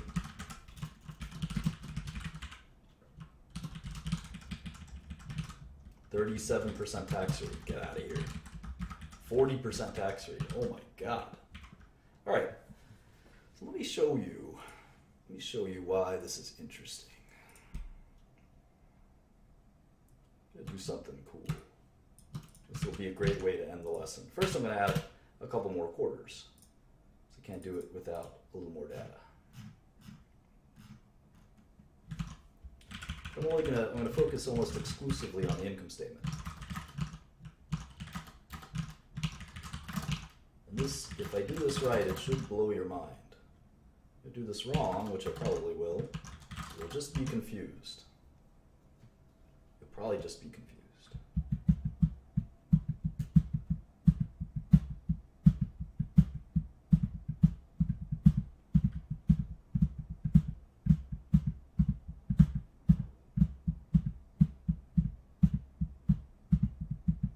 Interesting though, a wrench thrown into my plans here.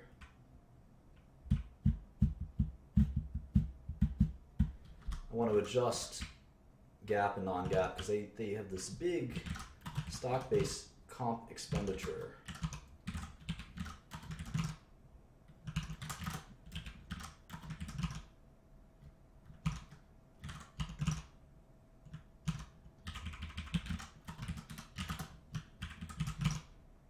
Earnings are a lot more than it looks.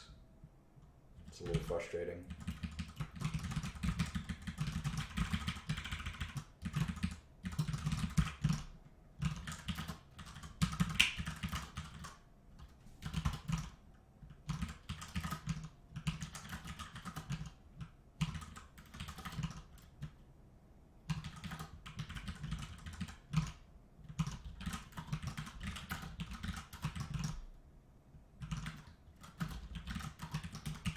It's interesting, I think they have some Oculus, there's this weird deal with the Oculus guys that kind of screws their numbers up. It's pretty fascinating.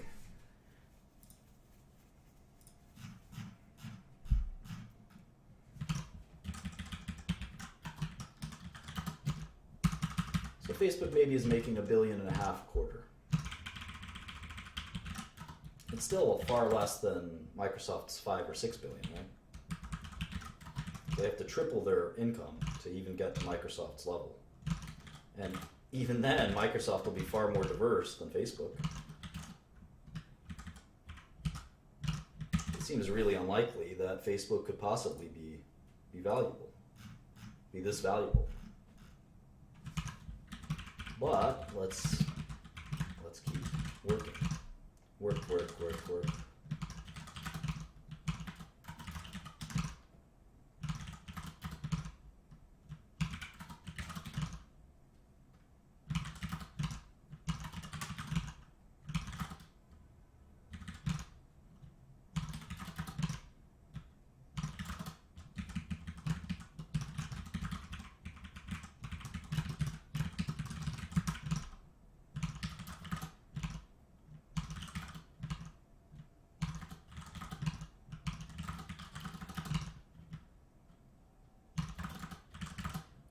So you can see the crazy revenue growth, right? 40%, 40%, 40%. Companies like this are very hard to value, and Wall Street always gets it wrong.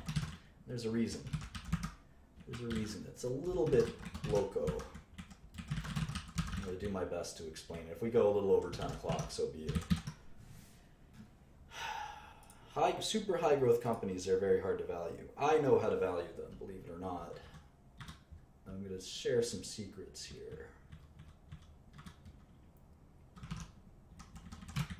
Look at the quarter they had. $5 billion in revenue. It possibly even grew faster than this. It's crazy. They went from 40% growth to 50% growth. Usually growth slows down as you get bigger. Growth is only accelerating at Facebook. Totally nuts, huh?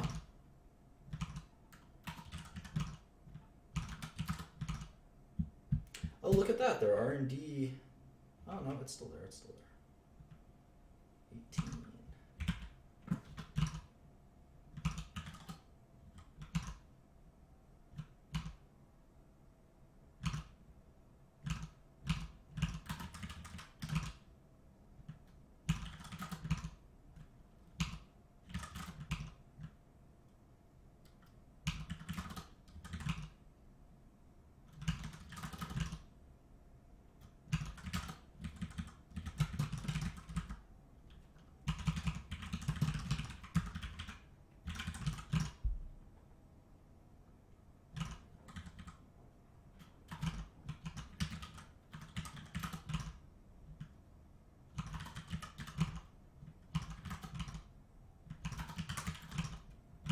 Right.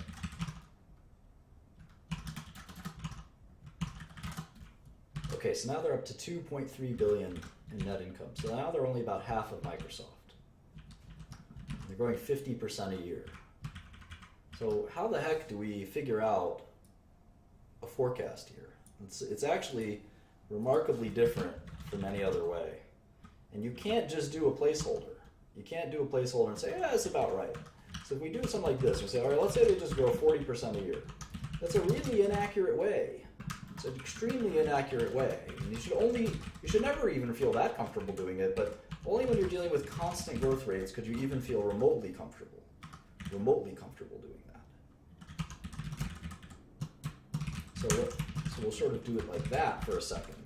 But we'll see that if they continue growing at this pace, within a few quarters, they'll be sort of earning, not quite 5 billion, but they'll be up to 4 billion. They'll be up to 4 billion. 4 billion a quarter. And if they cut down their research expenses, which they could probably do pretty easily, they could be as profitable as Microsoft. And all it would take is one more year of this level of growth.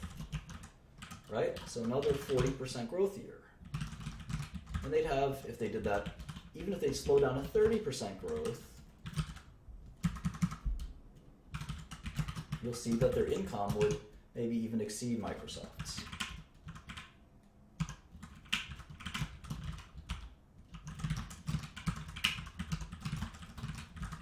But that's not how you value or watch growth companies like this. I'll show you how I would do it. It's quite different.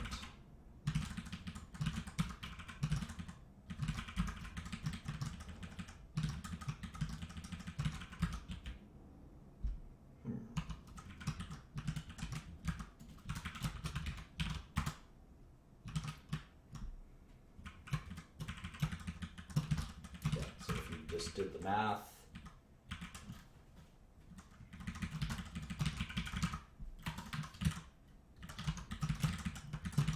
Yeah, they could have 23 billion in earnings in 2019, which is just as much as Microsoft. But that's also assuming they grow like a weed. And they seem to be growing like a weed. It doesn't seem like that'll stop. They have WhatsApp, they've got Oculus, they've got Facebook. And we're also assuming that they slow down too.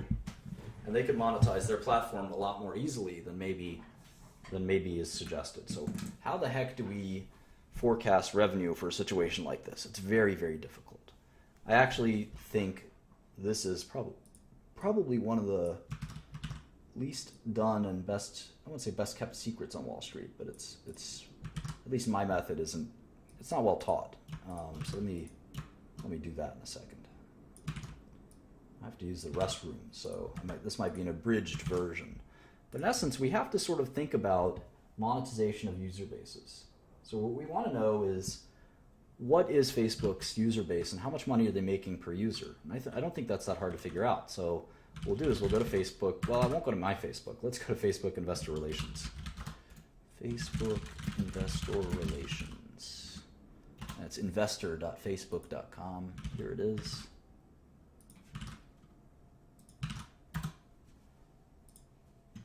Financial press releases. Here we go. Reports fourth quarter results. They just did that. Okay.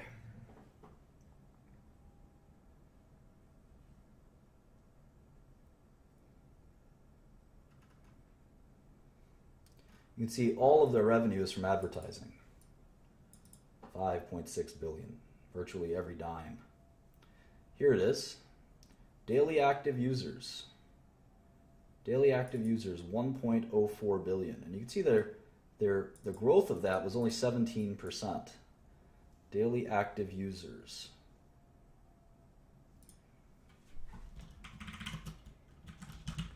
DAUs.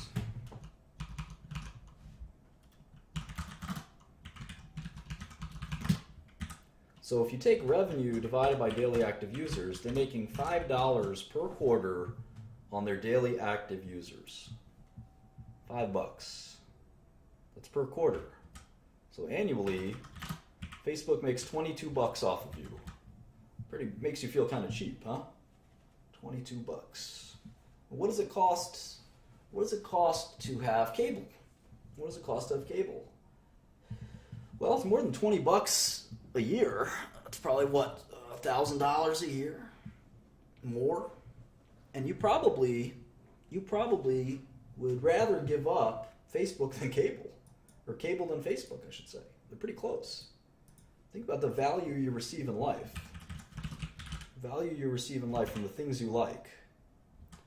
Facebook makes you pay, they're basically asking you to pay $22.60. Cable, cell phone. In fact, a lot of people, the only reason we have cell phones is to go on Facebook, right? So if you think about this, Facebook is quite a good value. You don't pay for it. You pay for it by watching some ads, right?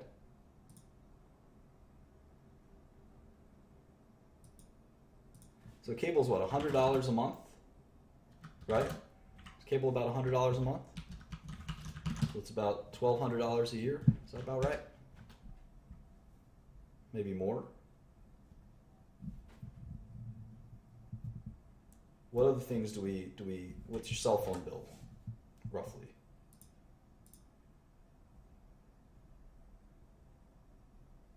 It's $5 per quarter. Cable's $30 a month for some of you guys. Your cell phone's $50. So Facebook was asking you to pay more.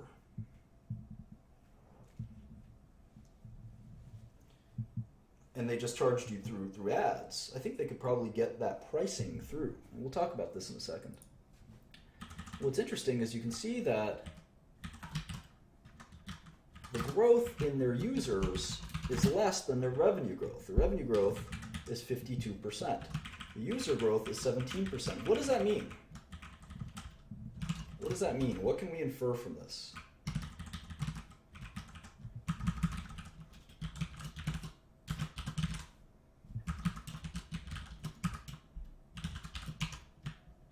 Average revenue per user. What does it mean? Yeah, they're charging more per user. Exactly. You can see the ARPU grew.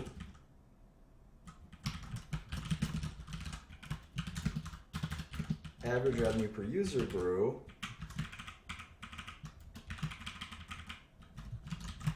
30%. So the 52% of revenue, most of it was actually coming from price increases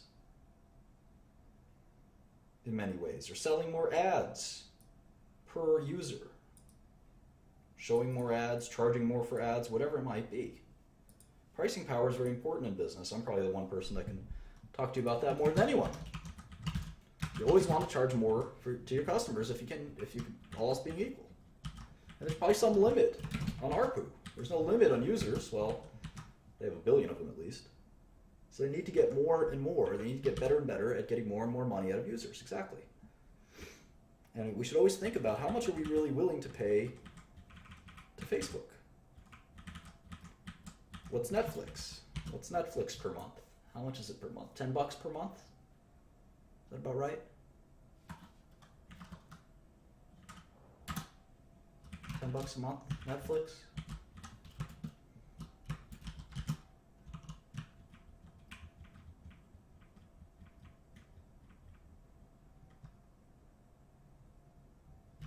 So Facebook is still a sixth of what Netflix costs in some ways. It almost feels like for Facebook that we should get it for free, right? It's just a way to think about it.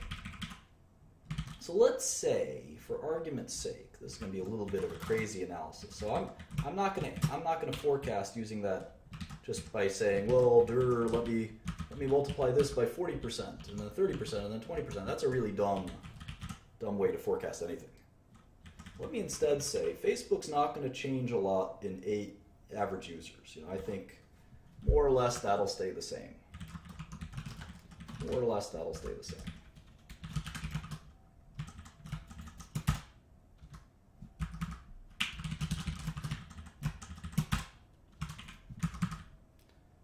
User growth will start to slow down. There's only so many people who want to be on Facebook, right?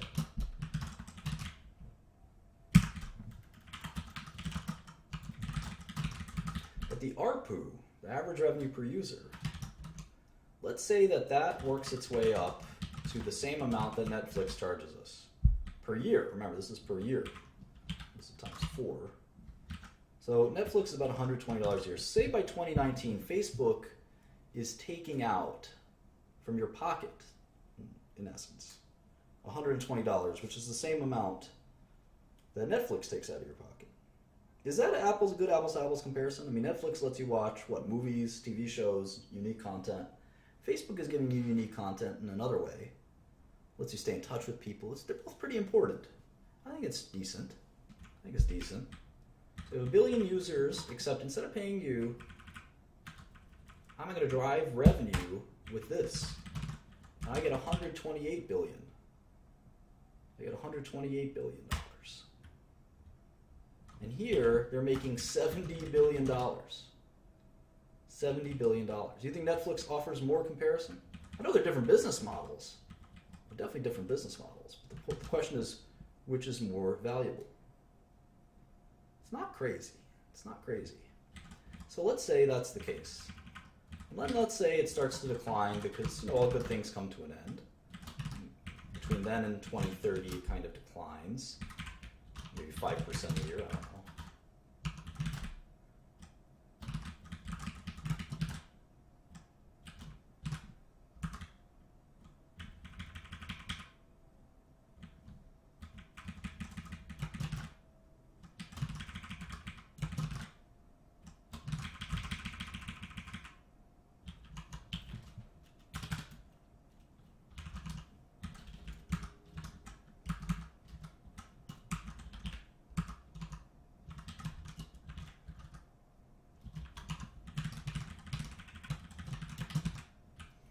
What the net present value of this is.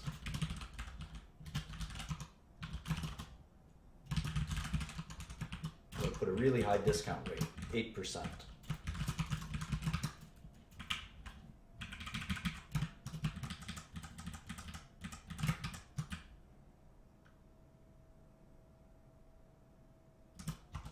They're not going to charge users, but the point is they're monetizing the users.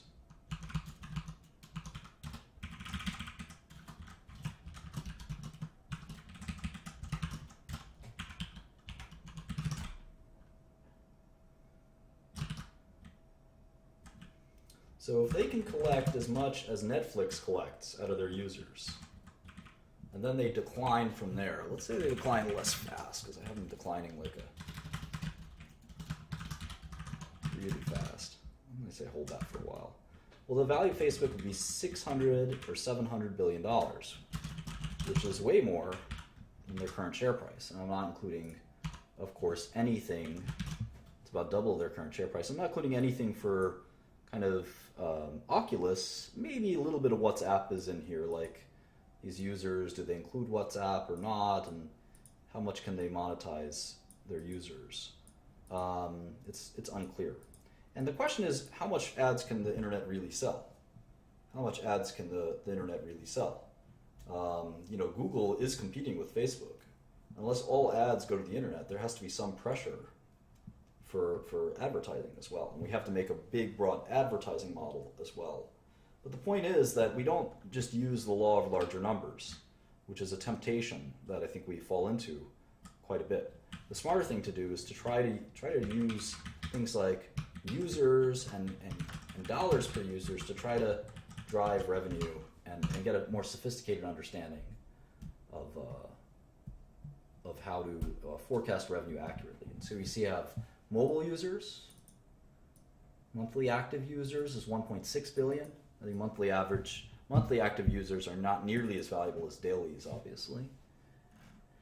I don't think they give out many other numbers like WhatsApp or what have you. But it's still a pretty interesting way to kind of forecast. And again, this is the first time we take our revenue as a function of two other variables. In the past, we've taken revenue as a function of last year's revenue multiplied by some other number. So there's a lot more we can do here. And again, I don't know that they can get, let's say they get to half of where Netflix is at in terms of customer monetization. And then they grow with just plain old inflation. This is still a business that will grow quite a bit faster than where they're at. Or the stock is actually very cheap.